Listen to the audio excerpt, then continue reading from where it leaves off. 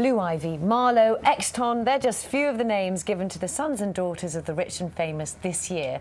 But while the trend for unusual celebrity baby names shows no sign of slowing down, the rest of us appear to be getting more traditional. The top 100 boys and girls names of 2012 are out today. It appears the year of royal celebration and Downton Abbey may have had an influence, with Harry, William, Violet and Isabel all featuring highly. We asked a few mums and dads how they chose what to call their child. My dad's grandmother was from Georgia, and because it's like more of a common name in Russia, I think, Nina. I just wanted traditional names that don't date. So we liked it. Well, it took us about 3 days to get round to it, and it was the only one that me and my husband agreed on, and that was, that was the only thing. And my girlfriend chose it. Why? It's a family name. They've decided to keep it in the family and just keep on the tradition. Hugo, my grandson's Hugo, after Hugo Boss. Well, with us now, the historian Kate Williams and Sean Phillips, who's Associate Features Editor of The Times, who also has two sons. Morning. Two Morning. sons called? Marley and Albie. Marley. Yep. After? Obviously Bob Marley comes into it, although it could be Jacob Marley. Ironically, it is actually an old English name, meaning lake in the meadow. These things are cyclic, so you think You didn't know that when you called him Marley, though, did you? not at all. I learned it later. It's one of those things, you try and find something a bit unusual, and then you discover that way back it was quite popular. I mean, that's the irony of all these things. And Albie, not Albert? He's named after Edward Albee, the A-L-B-E-E. Yeah, but he spelled A-L-B-Y because we thought that, I don't know, didn't look quite so good when we wrote it down. And I like it, there's Marley Miller as well, so that sounds like a pop star, Marley Miller. There I was think an it's a pretty pop thing star, about it. We were originally, I was desperate to call him Memphis Miller, but Memphis Miller. my wife said it sounded like a dog. So. See, that's the thing, isn't it? It's such a tricky thing to do, isn't it? It is tricky. Watching those parents there, how people come to the decisions, and you can see why, I suppose, Kate, can't you, that actually perhaps people are getting more traditional. Is that just the easier route, do you think? I think people are getting more traditional, but I think every parent thinks they're naming their child something completely original. I thought they were naming me a completely original name with Catherine, and my entire year at school was called Catherine. But I think we've got Amelia, we've got Jack, we've got Lily, of course, the influence of period drama, of historical drama, a lot of royal names. There's Harry, there's William, there's Elizabeth, and of course, whatever this baby is called when it comes in June or July, will probably have a lot of influence over our names.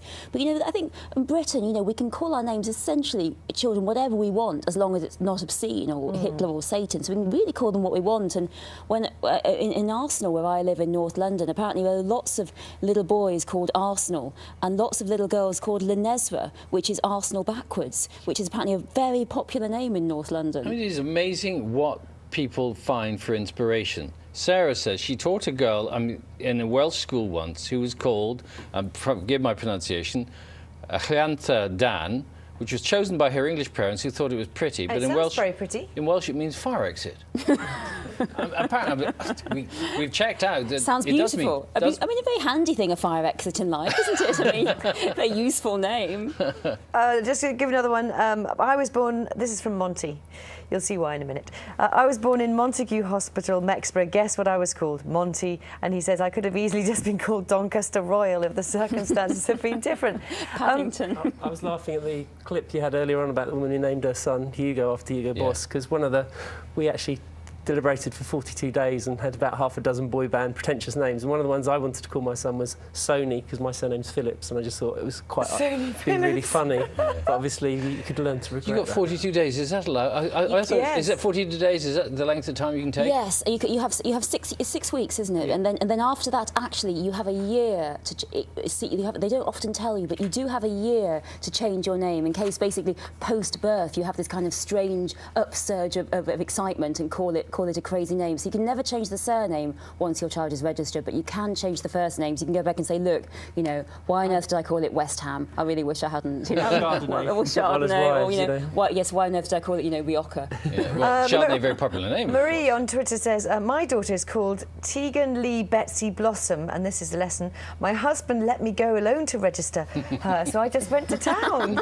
I had a friend who went to register his son as George, and when he came back from the registry office on his own, had called his son Yannick. So You need to go with your husband or wife. Lightning bolt of Can't trust the inspiration. other half in otherwise. that. We've always thought of royal names as being very traditional, but that's not necessarily how they were viewed at the time. No, that's it. I mean, we think, oh, the name, you know, we were talking about the names for the royal baby. We'll probably have Elizabeth or something. And royals do have more names than the rest of us. You know, they get 5 or 6, where, you know, we get 1 or 2.